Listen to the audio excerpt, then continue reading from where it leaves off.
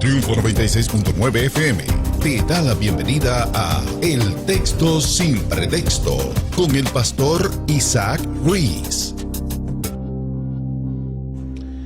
Que la gracia y la paz del Señor sea con cada uno de ustedes en este maravilloso día que nos da el Señor. Quien te saluda es el pastor Isaac Ruiz, que por la gracia del Señor pastoreamos en la Iglesia de Dios Pentecostal MI de Bajuras de Isabela. Y estamos aquí nuevamente en un episodio más de tu programa, El Texto Sin Pretexto.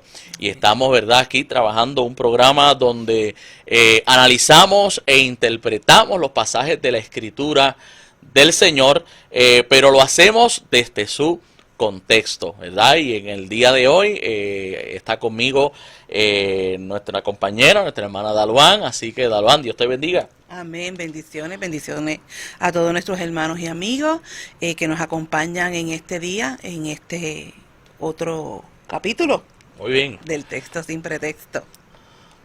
Y bien, tenemos, ¿verdad?, un programa muy interesante porque se nos quedaron una pregunta, se nos quedó de la semana pasada, y adicional pues vamos a estar trabajando una nueva base bíblica. Así que antes de comenzar queremos hacer énfasis de que si tienes tu pregunta, tienes tus dudas bíblicas, te invitamos a que nos envíes a nuestra dirección de correo electrónico que en breve aparecerá en la pantalla, que es la dirección de en su contexto 96.9 @gmail.com, en su contexto 96.9 @gmail.com. Desde Génesis hasta Apocalipsis, usted nos puede enviar sus dudas y sus preguntas. Amén. Y con mucho gusto estaremos trabajando cada una de ellas. Pero en el día de hoy tenemos una nueva base bíblica donde estaremos trabajando los dichos de Jesús, ¿verdad?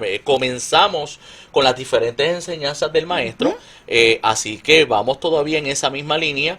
Así que, ¿qué vamos a trabajar hoy, Daluán? Pues mira, hoy vamos a estar con Mateo 5, pero de los versículos del 38 al 42, que habla sobre el amor hacia los enemigos. Interesante. Bien que sí. Muy bien, pues vamos entonces a comenzar con esa porción de Mateo 5, 38, y vamos a ir viendo verso a verso para entonces ver qué cosas nos desea enseñar nuestro Maestro, nuestro gran Señor Jesús, ¿verdad? Que están ahí en esa palabra maravillosa. Así que comenzamos con el verso 38. Amén. En nombre del Padre, del Hijo y del Espíritu Santo. Oíste que fue dicho, ojo por ojo y diente por diente. Eso es una frase todavía muy utilizada. Bien, pues mire, vamos a hablar sobre esta porción. Primero, ¿qué es lo que nuestro Maestro, el Señor Jesús, desea enseñarnos en términos generales? Y en términos generales, esta es una porción donde Jesús resalta la preferencia que debe haber en las buenas relaciones entre los hermanos, donde inclusive vamos a ver que el Señor utiliza cierto lenguaje para demostrar que es mejor a veces perdonar una ofensa, a veces mejor perder para ganar una relación. Amén. Pudiéramos resumirlo en esa forma. Es mejor perder un argumento, porque a veces, sobre todo nosotros que somos ¿verdad?, puertorriqueños y centroamericanos, apasionados, ¿verdad?, somos muy apasionados con nuestros argumentos, sí, y a veces queremos tener la razón y queremos ganar las discusiones. En ese sentido, para nosotros esto aplica porque Jesús lo que nos quiere enseñar es, antes que ganar cualquier situación o discusión, mejor es ganar una relación, ¿verdad? Amén. Hay un adagio que dice por ahí, que perdiendo en muchas ocasiones se gana, ¿verdad? Amén. Pero esta expresión del verso 38 que comienza diciendo ojo por ojo y diente por diente es lo que conocemos como la famosa ley del talión, ¿ok? ¿Y qué sucedía en los tiempos de Jesús? Esta es una ley sumamente antigua, aparece registrada inclusive en el Código de Hammurabi, y aparece también en el Antiguo Testamento, pero la intención de esta expresión no era una de venganza, sino una preventiva. Pero en los tiempos de Jesús, la gente tomó esta expresión muy famosa como un asunto de venganza. Entonces la gente estaba todo el tiempo, en los tiempos de Jesús, cuando se dijo esto, buscando razones para tener venganza, ¿verdad? Estoy buscando a ver quién me hace lo mínimo para yo hacérselo. Entonces, cuando la intención de la ley del talión es que, espérate, antes de yo hacerle algo a mi hermano, pues yo tengo que pensar que si yo se lo hago, yo tengo que esperar una reacción de la misma envergadura hacia mi persona. O sea, si yo voy a hacer una ofensa, si yo voy a hacer un insulto, si yo voy a agredir físicamente a una persona, pues saber que esa persona tiene derecho a defenderse y que lo va a hacer al mismo nivel. Pues, Exacto. ¿qué hacía la ley del talión? Pues la ley del talión decía, mira, mejor no lo hagas, porque esa era la intención, ese era el espíritu original de esa expresión. Pero la gente prefirió irse por la venganza y tomar esto como una expresión de venganza. Pero ¿qué nos dice el 39? Pero yo os digo, no resistáis al que es malo, antes a cualquiera que te hiera en la mejilla derecha, vuélvele también la otra. Muy bien. Primero, la expresión no resistas al que es malo, vamos a decirlo en una forma pueblerina, es no te bajes, o sea, no llegues al mismo nivel de la persona que hace el mal. O sea, es una forma de decir, tenemos que demostrar de qué espíritu somos, ¿verdad? Y a veces cuando uno quiere reaccionar porque quiere defenderse de la persona que le hace daño a uno, pues uno lo que hace es que termina bajando de nivel. Jesús lo que dice, al decir no resistas al que es malo, es no te bajes a su nivel. Al contrario, demuestra que eres de un espíritu superior. Pero la expresión que ha sido, ¿verdad?, muchas veces mal interpretada, de cualquiera que te hiera en la mejilla derecha, vuélvele también la otra. En los tiempos de Jesús, en el sistema de ley romano, era parte de los delitos que eran procesables en los tribunales de Roma. O sea, el recibir una bofetada tras que agredía físicamente a la persona, en el mundo oriental específicamente, era uno de los insultos más grandes. O sea, tocar la cara. Acuérdense que el hombre en el Medio Oriente se deja crecer las barbas era símbolo de sabiduría. Entonces recibir una bofetada en la mejilla era bien insultante y bien degradante. Entonces era causa suficiente para llevar esto ante un tribunal. Pues Jesús lo que está diciendo en su prédica, en su enseñanza, en otras palabras, resiste y aguanta el daño, porque la intención es tratar de salvar la relación, ¿verdad? No es que usted se deje, como decimos aquí en Puerto Rico, usted se deje coger de mango bajito. Pasar el rolo que nos Sí, no es eso, la intención no es esa, es que si está dentro de tus posibilidades el poder salvar la relación, pues mira, aguanta la ofensa, ¿verdad? Aguanta la ofensa, aguanta tal vez ese insulto, ¿verdad? O en cierto nivel cierta agresión, pero trata de ganar la relación. No es de irnos a la venganza. Pues no, yo voy a ser revanchista, pues me lo hicieron a mí, pues ahora yo lo voy a hacer peor.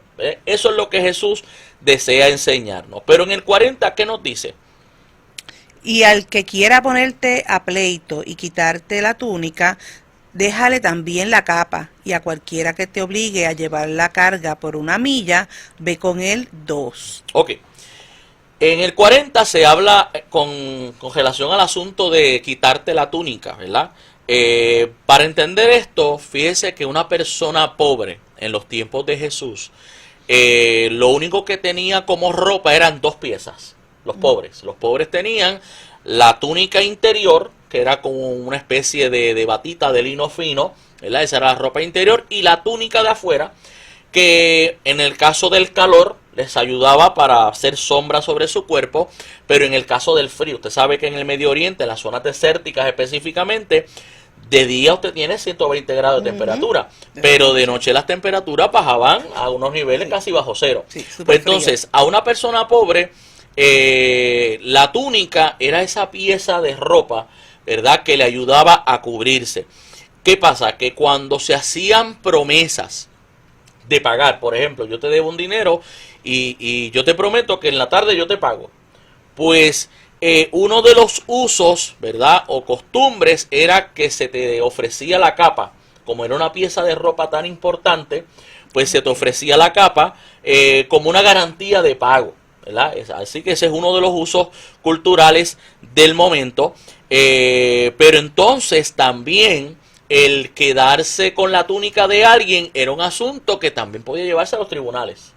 Así que lo que Jesús está diciendo es que el que quiera ponerte a pleito, por eso habla de pleito, porque por esto se llevaba al tribunal romano, y quitarte la túnica, déjale también la capa. Claro, el lenguaje es un lenguaje que se está usando una especie de hipérbole, una exageración, pero es, en otras palabras, trata de que esta situación no llegue a los tribunales y que puedas nuevamente que ganar la relación, porque eso es lo importante.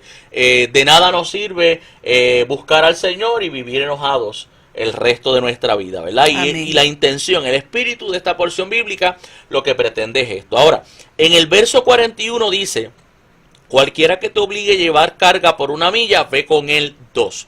Para entender esta expresión hay que irnos específicamente al sistema militar romano. ¿Por qué? Los soldados romanos, debido al estatus político que tenía sobre Jerusalén en aquellos tiempos y sobre otras provincias, pues resulta que los romanos, sus soldados, podían quitarle el sueldo a alguien, así porque sí. O sea, tú cobraste el salario en monedas, que era el denario, o hiciste algún negocio y te dieron 20 ovejas, ¿verdad? O 20 vacas. Pues esa era tu ganancia del negocio. Pues un soldado romano tenía el poder de decirte, dámelo. Fuera el dinero o fuera los animales que habías ganado como parte de ese negocio. Así que mire cuán fuerte era la situación. Sí. Pero adicional a eso, la ley romana decía que si un soldado romano, dalo antes, decía, mira, cárgame esa maleta por 1 milla, era tu obligación. O sea, tú no le puedes decir a un soldado romano, a mí no me da la gana de cargarlo. No, por ley tú tienes que cargarlo por 1 milla. Entonces, ¿por qué Jesús dice ve con el 2? Porque 1 milla era obligada. Y lo que tú haces por obligación, pues realmente no sale de tu corazón. Así que, y le voy a decir algo, usted sabe que los cristianos originarios, los cristianos del primer siglo, utilizaron esta expresión de Jesús como una manera para ganarse a los soldados romanos. Pero imagínate si le estás ayudando, claro, ¿a quién no le gusta? No, que le colaboren en su trabajo, en cualquier situación que tengas de problemas, ¿verdad? No, que te den mira, una ayudita, eso se queda en el corazón. Del cirineo, ¿te acuerdas del cirineo? Sí. El cirineo cargó la cruz de Jesús no porque quiso, sino porque un soldado lo obligó, o sea, era su obligación. Pero los cristianos primitivos, ¿qué hacían? Pues cuando un soldado le decía, cárgame eso, pues ellos cargaban, según la historia, 1 milla calladitos, ¿verdad? Porque es obligada. Pero si el soldado quería que le cargara por 1 milla, ellos le decían, bueno, yo te puedo ayudar 1 milla más, pero tienes que escucharme lo que te tengo que decir. Y en esa 2ª milla, los cristianos originarios del primer siglo empezaron a ganarse gran cantidad de soldados para Cristo. Así que esta expresión que hizo Jesús no cayó en el suelo. O sea, los cristianos del primer siglo la aplicaron al pie de la letra y de esa manera ganaron a muchos soldados. Y claro, en un contexto como Judea, que Judea es una de estas provincias. Acuérdense que en los tiempos de Roma habían 2 tipos de provincias. Había el tipo de provincia pacífica, donde se ponía un procónsul, ¿verdad? Pero estaba el tipo de provincia más bélica, más revolucionaria, donde ponían que un procurador romano. Y en el caso de Jerusalén, no hay un procónsul, hay un procurador romano, o sea, llamado Pilato en los tiempos de Jesús. Así que en ese sentido eso muestra las actitudes revanchistas. Acuérdense que tenemos los celotes y tenemos diferentes grupos que están oponiéndose a Roma. Y Jesús le dice, mire, en vez de usted oponerse, pues ¿sabes qué? Demuestre el amor de Cristo, ¿verdad? Y de esa manera, estratégicamente, muchos creyentes ganaron a soldados para el Señor. ¿Y qué dice el 42, Dalvan? Al que te pida, dale, y al que quiera tomar de ti prestado, no se lo rehuses. Muy bien. Para entender esta otra expresión, hay que irnos un poco al calendario hebreo. El calendario hebreo funcionaba en ciclos de 7 años, ¿verdad? En el año número séptimo se le conocía como el año sabático, ¿verdad? Era un año de descanso. Y Dios había establecido un sistema donde, para que nadie se hiciera más rico que nadie, por ejemplo, en ese año sabático, en ese séptimo año, se le perdonaban las deudas a las personas, ¿verdad? Y en el caso del año del jubileo, que ese era el año número 50, por ejemplo, si tu familia vendió una propiedad y esa propiedad se siguió vendiendo, pues esa propiedad volvía a ser parte a los descendientes originales. Y de esa manera se mantenía un equilibrio en las riquezas. ¿Qué pasaba? Que en los tiempos de Jesús, pues mucha gente, basándose en este calendario hebreo, pues te prestaban si estábamos en el año 1, en el año 2 o en el año 3. ¿Por qué? Porque todavía tienes unos cuantos años para que me pagues. Pero si estábamos a 6 meses de que se cumpliera el séptimo año, pues ¿qué hacía la gente? Decían, no te voy a prestar, porque si te presto, te tengo que perdonar la deuda cuando llegara ese año sabático. Exacto. Entonces, ese es el contexto, ¿verdad? Porque yo he escuchado gente que dice, no, como Jesús dice al que te pida, dale, pues entonces a todo el que te pida y te deje embrollado, pues tú tienes que prestarle. No, esa no es la intención. Era que cuando se tenía la mala fe de que pues como queda poco, pues esta persona si no me paga tengo que perdonarle la deuda. Y ese es el contexto en el cual Jesús dice, al que te pida dale y al que quiera tomar de ti prestado, no se los rehúse, basado específicamente en ese calendario hebreo. Así que, ¿qué te ha parecido esta porción de los dichos de Jesús? No, esto está súper buenísimo, como digo yo.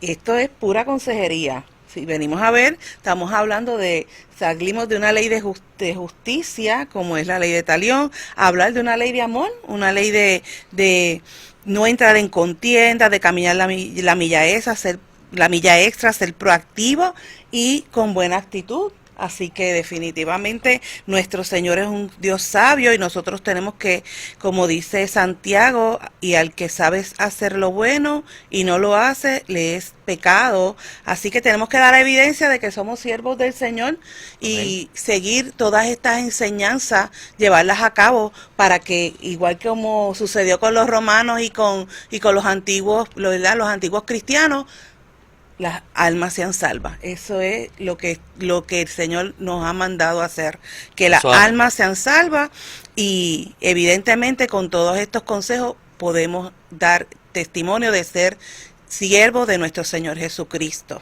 Muy bien, muy bien. Así que esta ha sido, ¿verdad?, la porción escritural que hemos trabajado en el día de hoy.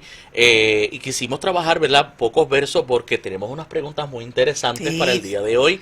Y queremos comenzar con la pregunta que se nos quedó sobre la mesa la semana pasada. Así que, ¿cuál fue esa pregunta, Dalvan? Pues la número 1 es, ¿cuál fue la razón por la que Satanás y los ángeles pecaron estando en el cielo donde no existe el pecado? Tremenda pregunta. Pues vamos a desglosar el asunto.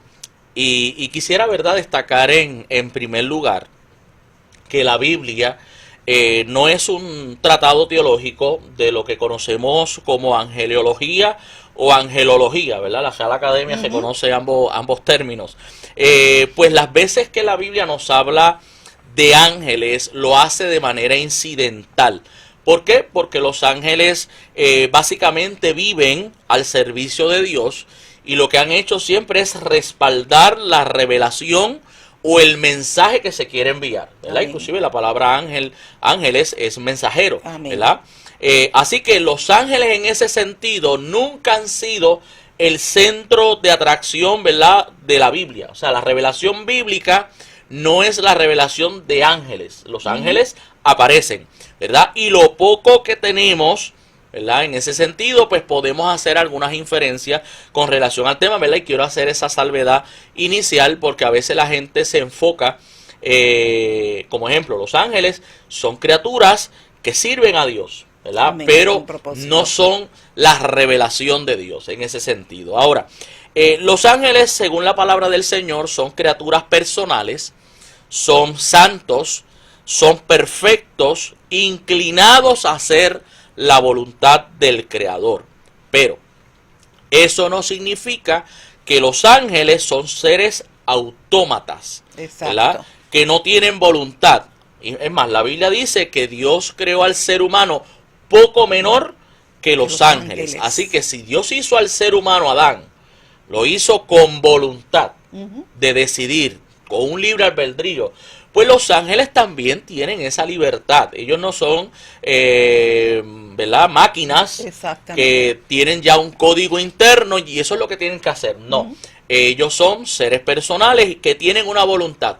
Los ángeles que no se han revelado todos los días han decidido seguir sirviendo a Dios en su libre albedrío.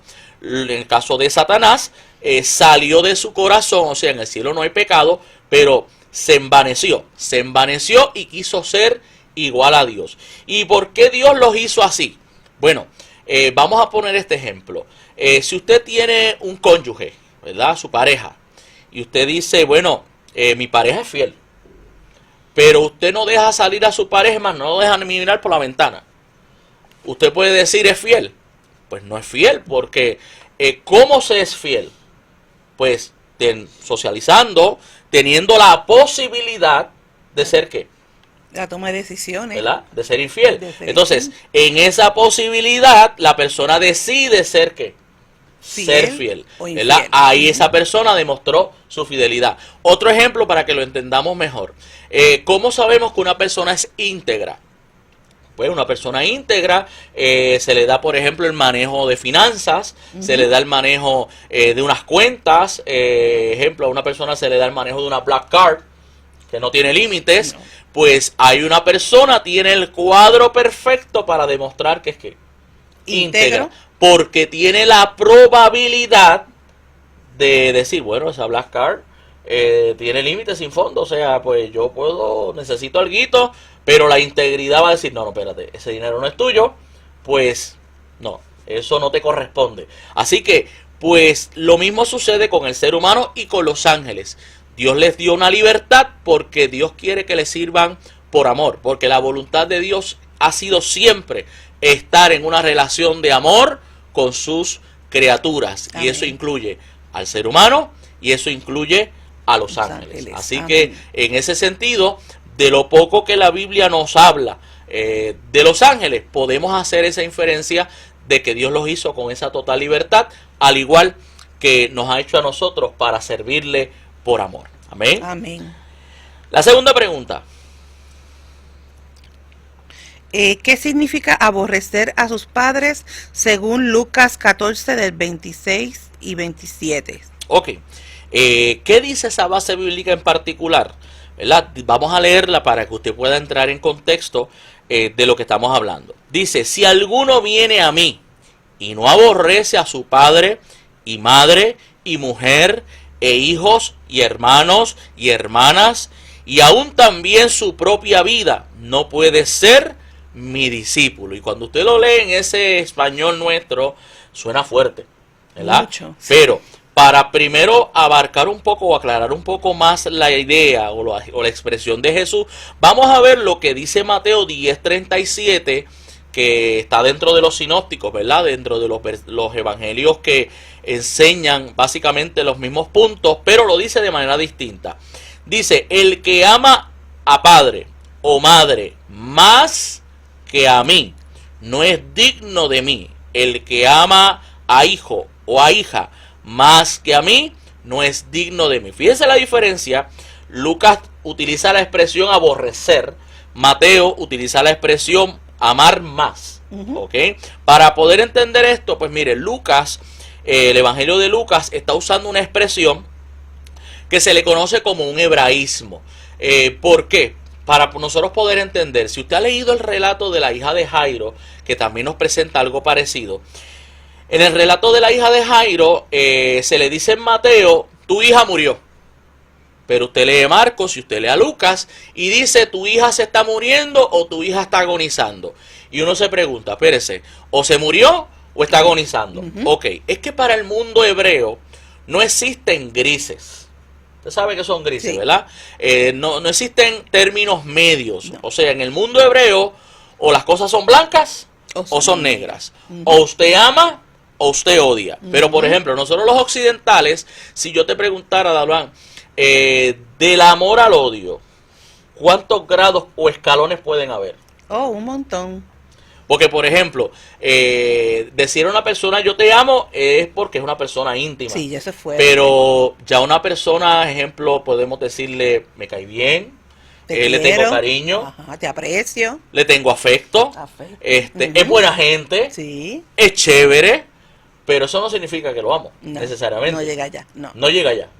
Y en el caso del odio, pues antes de llegar al odio, podemos decir, en nuestro contexto occidental, es que esa persona es difícil de beberle el caldo. Me molesta. Es que es un poquito difícil de accesar, sí, ¿verdad?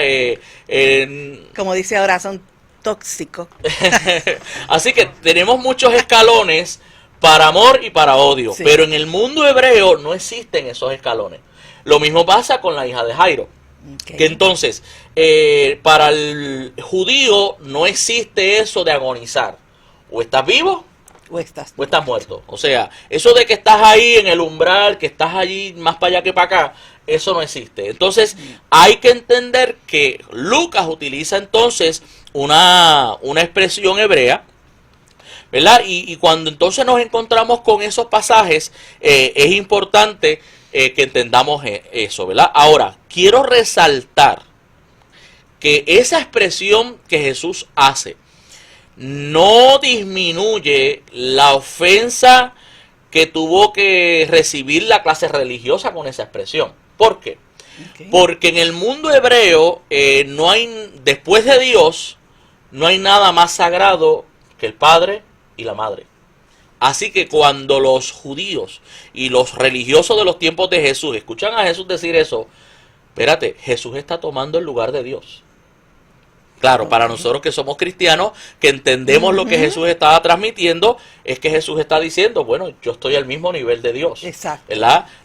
Así que en ese sentido, para ellos fue un escándalo. Como muchas de las cosas que Jesús constantemente enseñó, la clase religiosa se escandalizaba, ¿verdad? Fíjese que los maestros en los tiempos de Jesús exigían respeto y afecto, pero ese amor sobre todas las cosas solamente se le daba a Dios. Así que hay un asunto cultural por la forma en que se expresa, ¿verdad? Pero hay un asunto teológico, ¿verdad? En la misma expresión, donde Jesús está diciendo de manera indirecta, ustedes me tienen que amar más a mí porque yo soy Dios. Así que hemos contestado esa segunda pregunta y nos quedan creo que unas 3 preguntitas adicionales que discutir. Sí. Así que queremos pasar un momentito a la pausa, así que si tienes dudas, preguntas, escríbenos al email en su contexto 96.9 @gmail. Así que no se vaya nadie, no se mueva, que regresamos en breve.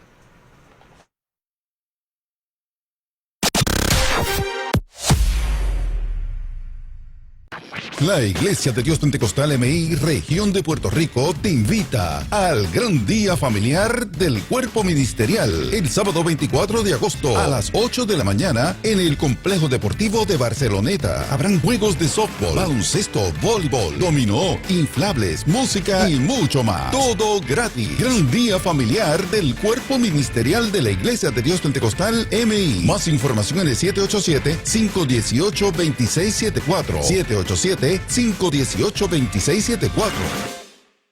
Soy la doctora Ileana Rodríguez Nazario, farmacéutica. ¿Sabías que la insulina dura fuera de nevera hasta por 28 días? Durante una emergencia, si pierdes el servicio de energía eléctrica, consérvala en temperatura ambiente y nunca la coloques en una bolsa con hielo porque puede dañarse. Prepárate en diabetespr.org. No esperes hasta que sea demasiado tarde. Comienza a prepararte hoy en diabetespr.org. Un mensaje de la Asociación Puertorriqueña de Diabetes y la Cruz Roja Americana, capítulo de Puerto Rico.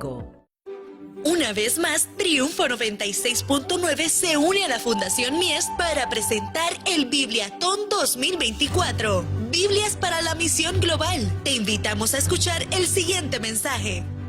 ¿Sabías que más del 10% de la población mundial carece de acceso a la Biblia, incluso de un acceso parcial? siendo Asia y África los continentes con la mayor cantidad de personas con traducción parcial o ninguna en su idioma. Necesitamos hacer accesible la palabra de Dios impresa en el idioma del corazón de estos continentes. Y tú puedes ser parte de esta iniciativa. Únete al Bibliatón Biblias para la Misión Global.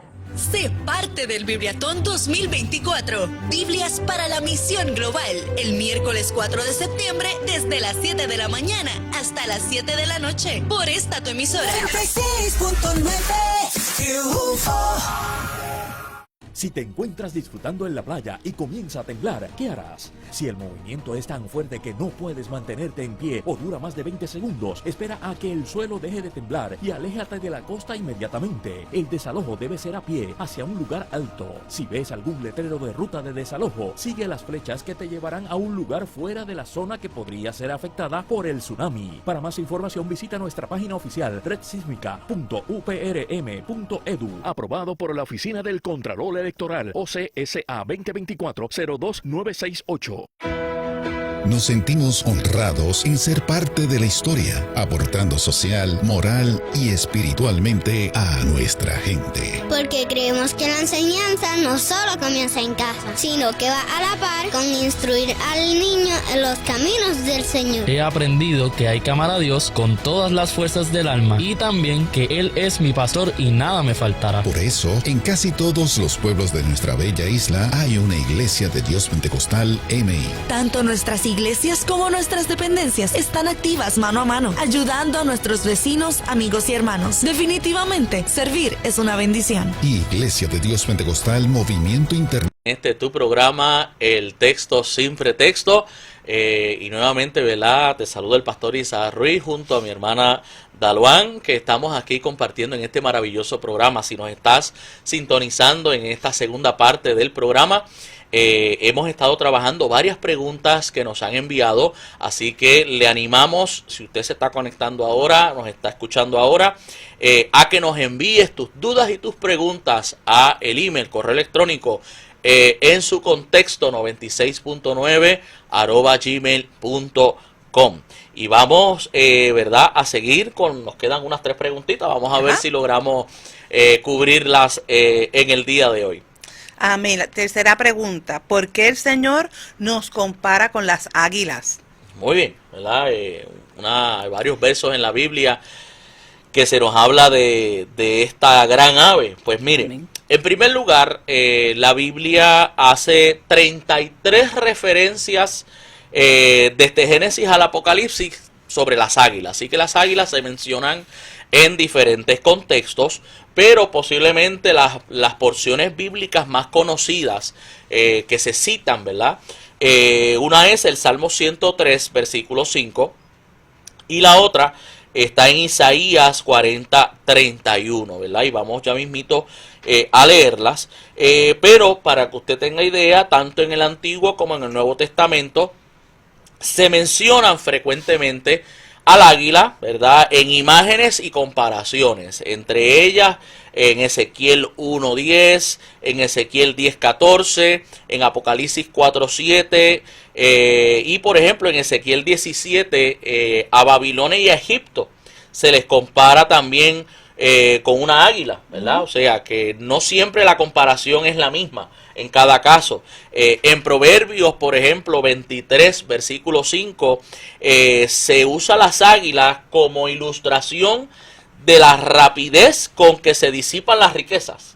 Así que el proverbista utilizó las águilas, pues como ellas vuelan rápido, pues así mismo las riquezas se van, ¿verdad? Así que, ¿verdad? Explico esto porque pensamos que cada vez que se hace referencia de las águilas, se dice lo mismo. No, se utilizan en diferentes contextos para expresar diferentes ideas. Pero la alusión que hacemos en el Salmo 103, ¿verdad?, que el texto dice, el que sacia de bien tu boca, de modo que te rejuvenezcas como el águila, ¿verdad?, que es una de las porciones más conocidas. Pues mire, esa alusión se basa primero en lo que es el rejuvenecimiento biológico de las águilas. Hay algo que se conoce como la muda. La muda es el cambio periódico que tienen las águilas de su plumaje para mantener un buen funcionamiento. En el caso del águila real europea, ¿por qué menciono esta? Porque esta águila está más cerca, ¿verdad? Y viaja hasta las zonas del Medio Oriente. Así que en el Medio Oriente, que es en el contexto donde se da la Biblia, pues esta es la águila que más se conoce, no tanto la águila norteamericana, que le conocemos como la águila calva, ¿verdad? Que esa es la que tal vez nosotros blanca tenemos más referencia, pero es la águila europea que según los expertos en la temática, ella muda completa sus plumas de vuelo en un periodo de 2 años. O sea, ella se tarda 2 años en botar todo ese plumaje y echar plumas nuevas. Durante este tiempo, la águila tiene unos cambios fisiológicos, ve mermada su capacidad de vuelo. No es que no vuela. En el caso de la águila europea, ella puede volar, pero no puede volar a las alturas que antes lo hacía. Al quedarse con menos plumas, tiende a reducir su temperatura corporal y para ello entonces necesita más energía. Su aspecto físico luce más envejecida, pero una vez termina su proceso de 2 años donde hace la muda completa, pues ella se rejuvenece y es como si fuera otra ave. O sea, si usted le toma una foto al águila europea en medio de su proceso de muda y le saca una foto luego, pues usted va a decir, no es la misma ave. Exacto. ¿Por qué? Porque se rejuvenece. Y en ese sentido, el texto pues habla de ese rejuvenecimiento en el caso, ¿verdad? Como dice el texto, ¿verdad? El que sacia de bien tu boca, hablando del Señor, de modo que seamos rejuvenecidos. Pero la otra base bíblica, que es Isaías 40:31, dice, pero los que esperan a Jehová tendrán nuevas fuerzas, levantarán alas como las águilas, correrán y no se cansarán, caminarán y no se fatigarán. Otro pasaje, ¿verdad? Muy conocido. Pues mire, fíjense que este texto, varios científicos se burlaron de este texto. Este texto tiene historia. Se burlaron del pasaje porque el pasaje menciona que no nos vamos a cansar como las águilas. Y ellos pensaban en ese momento dado que las águilas hacían un gran esfuerzo para volar.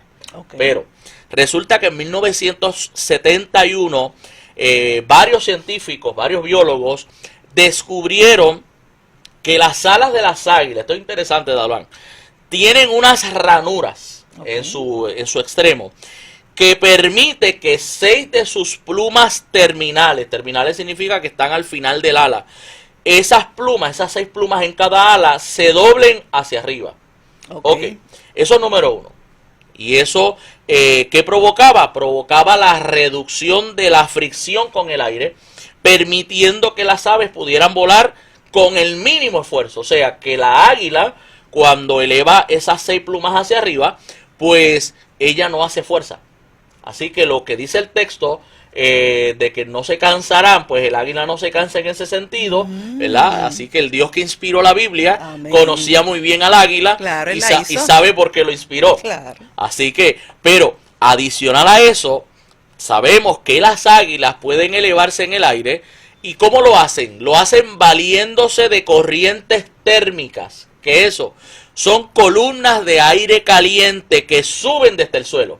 Entonces, cuando la águila detecta esa corriente de aire, ella se engancha en esa corriente y lo que hace es que da vueltas con sus alas extendidas, con las puntas, esas seis plumas elevadas, y empieza a volar dentro de esa columna en forma de círculo.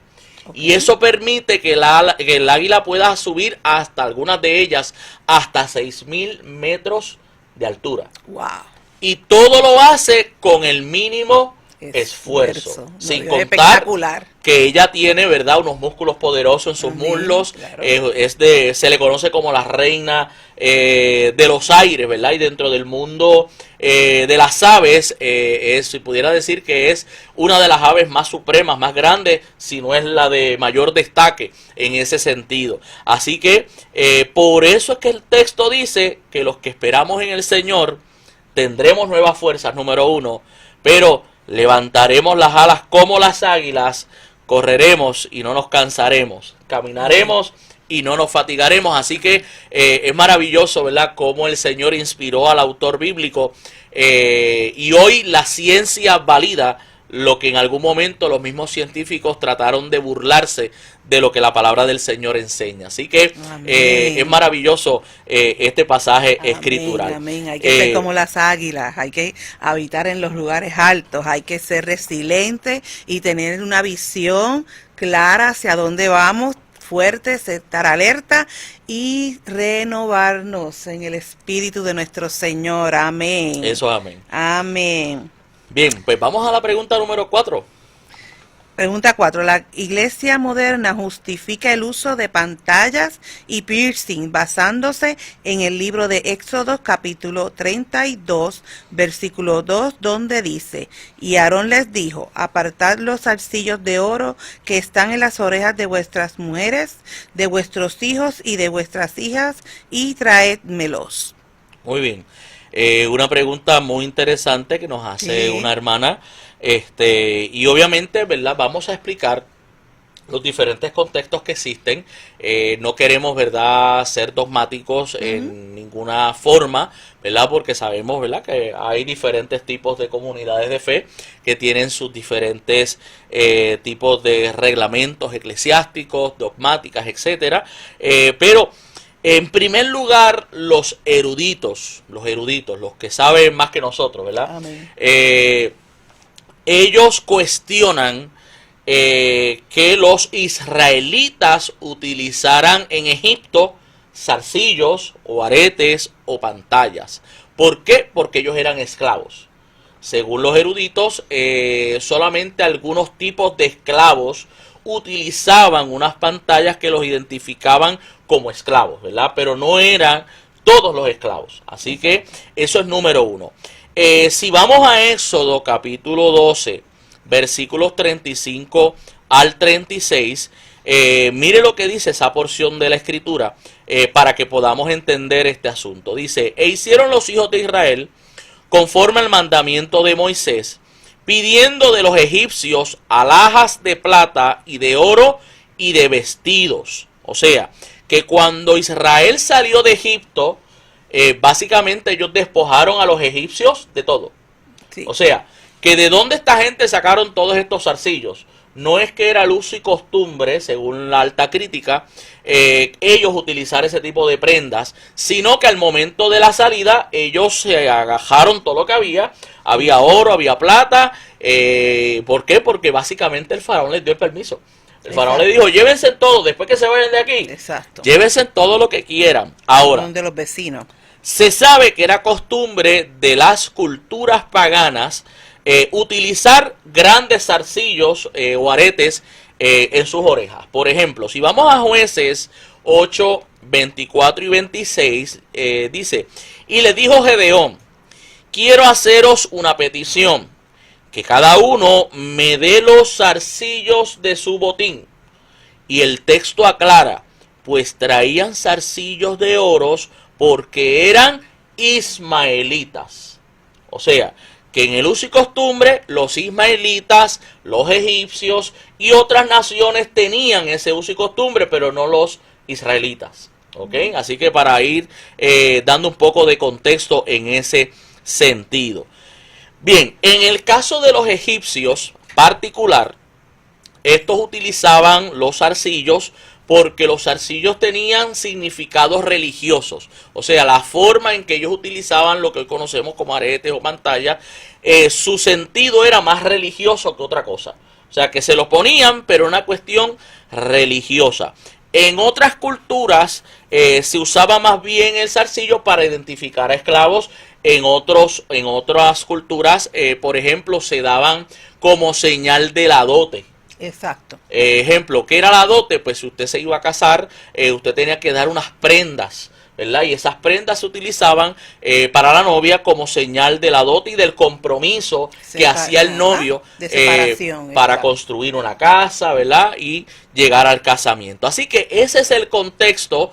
Por eso es importante, amado, y hacemos el énfasis de que nunca usemos un texto fuera de su contexto para Amén. formar un pretexto, Pretexto. ¿verdad? Ese es nuestro lema. Así que siempre la Biblia nos registra muchos acontecimientos, pero es importante que lo entendamos desde su contexto. Vamos a la última pregunta. Pregunta 5. Si decimos que guardamos los mandamientos, ¿por qué no guardamos el cuarto mandamiento, que es el Sabbat, y por qué se cambió por el domingo? Muy bien. Bueno, muy buena pregunta, gracias a la hermana que nos envía esa pregunta. Amén. Y le voy a decir algo, estoy esperando preguntas de más varones, porque las damas son las que están en el poder.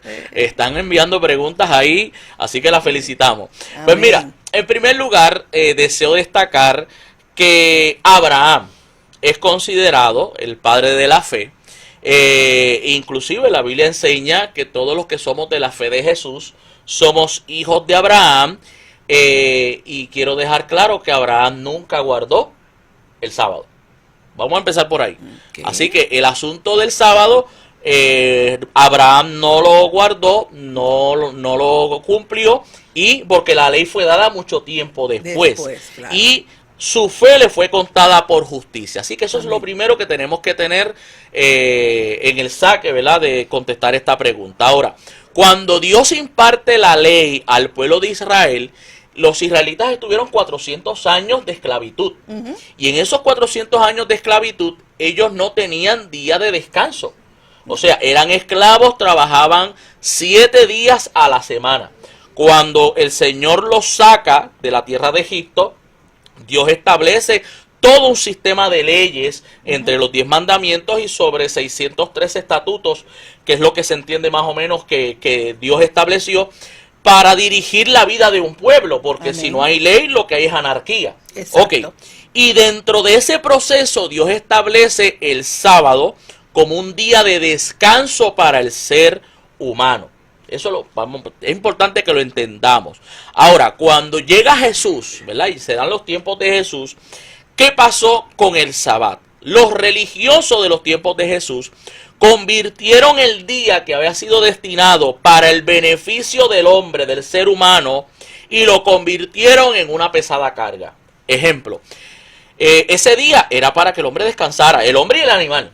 Exacto. Y hasta la tierra descansaba. Exacto. Pero los religiosos, los fariseos, los saduceos, por ejemplo, te decían, mira, en el día de reposo tú no puedes caminar más de 1000 codos. Como Y estábamos si- hablando la semana pasada. Sí, lo mencionamos. Ajá. Si tú caminabas 1000 codos, tenías que quedarte ahí parado hasta el otro día. O sea, usaron el día de reposo, y para que entendamos esto, no sé si usted te acuerdas de un evento que surgió en el Bronx. Hubo un edificio de una comunidad judía donde se incendió el edificio, y el rabino a cargo del edificio se tardó media hora pensando si podía abrir el portón porque era día de Sabbat.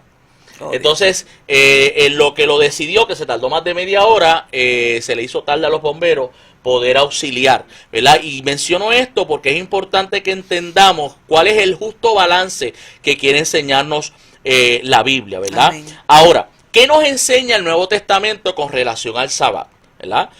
Ya dejamos desde el saque destacado que Abraham nunca, ¿qué?, guardó el Sabbat. ¿Cuál es el Sabbat? Y Todavía no está establecido. la fe le contó por justicia. Amén. Así que y nosotros somos hijos de Abraham, porque Amén. tenemos la fe de Abraham. Bien, en Marcos capítulo 2, versículo 27 al 28, mire lo que Jesús dijo. También les dijo, el día de reposo fue hecho por causa del hombre, y no el hombre por causa del día de reposo. Por tanto, el Hijo del Hombre, que es Jesús, es Señor aún del día de reposo. Así que Jesús se declaró como dueño del día de reposo, y no que el día de reposo fuera una esclavitud para el ser humano. Ok, pero después de eso, 3 acontecimientos importantes para la iglesia se dan en domingo, para que podamos entender qué pasó, ¿verdad? La resurrección se da domingo, la ascensión de Jesús se da domingo, y el día de Pentecostés se da domingo. Por eso entonces la iglesia originaria comienza a observar el domingo, porque acuérdate, el sábado no es que era día de culto, es día de descanso. Exacto. Esa fue la intención. Pero el domingo es el día de reunión de los cristianos. ¿Por qué? porque entonces conmemoraban esos 3 eventos. Si vamos al libro de los Hechos, capítulo 20, versículo 7, dice: el primer día de la semana, entiéndase que domingo, reunidos los discípulos para partir el pan, Pablo les enseñaba, ¿verdad?, habiendo de salir al día siguiente, y alargó el discurso hasta la medianoche. Pero ¿qué destaca el verso? Que en el primer día de la semana se reunían y compartían el pan. Ahora, este tema se trabajó en el Concilio de Jerusalén. Si vamos a Hechos 15, versículo 28 al 29, hay un debate entre los gentiles. ¿Y qué estableció el Concilio de Jerusalén? Dice el versículo 28, porque ha parecido bien al Espíritu Santo y a nosotros no imponeros ninguna carga más que estas cosas necesarias, que os abstengáis de lo sacrificado a los ídolos, de sangre, de ahogado y de fornicación, ¿verdad? Y la última base bíblica que quiero compartir, Pablo, escribiéndole a los colosenses, le dice, capítulo 2, versículo 16, por tanto, nadie os juzgue en comida, en bebida, en cuanto a días de fiestas, luna nueva o días de reposo. Porque la conclusión del Concilio de Jerusalén es que el pueblo gentil no tenía que guardar el día Sabbat como día de descanso o día de reposo. Así que hemos logrado hoy contestar las 5 preguntas que teníamos en agenda, esperando en el Señor, ¿verdad?, que cada uno de los hermanos y amigos que nos han estado escuchando hayan sido edificados con este espacio de el texto sin pretexto. Así que damos gracias al Señor. Así que, Dalvan, unas últimas palabras antes de irnos. Amén. Muchas bendiciones a todos. Como dijo ya nuestro pastor, cualquier preguntita, estamos aquí para darle contestación, ¿verdad?, en base a nuestro conocimiento. Esperamos y gracias por todo su compromiso y estar conectado con nosotros en esta mañana. También aprovecho para saludar a mi pastor, reverendo Jorge López Natal, y a los muchachos de la universidad, donde ya mismo voy para allá a trabajar, que estamos en periodo de matrícula. Muchas bendiciones, y a todos los mispeños que comenzaron el lunes, amén, a los centros, a nuestro pastor también, a nuestros profesores y directores. Muchas bendiciones a cada uno de ustedes en esta mañana y en este nuevo año académico. Muy bien, así que nos despedimos de esta programación y te esperamos la semana próxima en un programa más de tu programa, El Texto Sin Pretexto. Que la gracia y que la paz del Señor sea con cada uno de ustedes, ahora y siempre. Bendiciones. Triunfo 96.9 FM presentó al pastor Isaac Ruiz en El Texto Sin Pretexto. No olvide que puede enviarnos su pregunta, duda o comentario a la siguiente dirección electrónica: en su contexto 96.9 @gmail.com. Regresamos la próxima semana en El Texto Sin Pretexto.